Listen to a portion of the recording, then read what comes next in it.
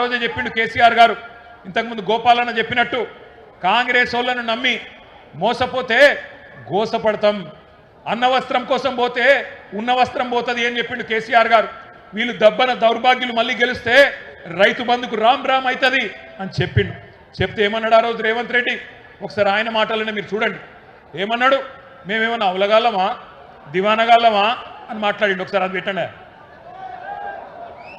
ఇప్పుడు తీసుకుంటే 10,000 వస్తుంది రైతు బంధు, కాంగ్రెస్ అధికారంలోకి వస్తే 15,000 వస్తుంది.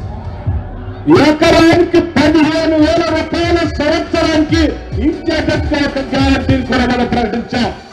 రైతు భరోసా, ఇందులో రైతులకు కౌలు రైతులకు సంవత్సరానికి ఎకరాకు 15,000 రూపాయలు ఇచ్చే విధంగా, అదేవిధంగా నిరుపేదలైన కూలీలకు సంవత్సరానికి 12,000 రూపాయలు ఇచ్చే విధంగా రైతు భరోసా కార్యక్రమాన్ని రెండో గ్యారంటీ కింద ప్రకటించడం జరిగింది.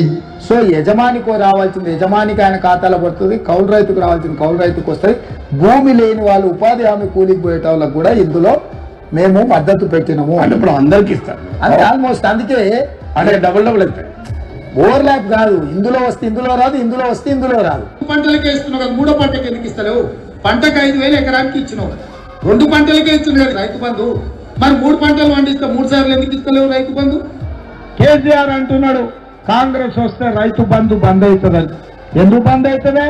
మేమేమన్నా దివానగాలమా? మాకేమన్నా ధమాక్ లేదా? అడుగుదాం ఒకసారి. మరి అప్పుడు ఏమన్నాడు? రైతు బంధు నాపిన దివానాగాడు ఎవడు? రైతు బంధు నాపిన దివానాగాడు ఎవడు? మరి ఇప్పుడు అన్నాడు కదా ఆయననే దివానగాళ్ళమా మేము బంద్ చేస్తామా అన్నాడు. నేను అడుగుతున్నా ఇయ్యాల, అరే హౌలా, అరే దివానా, ఎందుకు బంధు పెట్టినవరా రైతు బంధు? నీ అయ్య సొమ్మ, నీ అబ్బా సొత్తా? మీరు సమాధానం చెప్పాలి. ఇవాళ 3 సార్లు రైతు బంధు ఎగ్గొట్టిన దివానాగాడు ఎవడు? ఎవడు? వినబడతలేదు తమ్మి. రైతు బీమాను బొందబెట్టిన హౌలాగాడు ఎవడు? 2 లక్షల రుణమాఫీ చేయని దివానాగాడు ఎవడు? 500 బోనస్ ఎగ్గొట్టిన ధోకేబాజ్గాడు ఎవడు? పంటలు కొనుగోలు చేయని బట్టెబాజ్గాడు ఎవడు?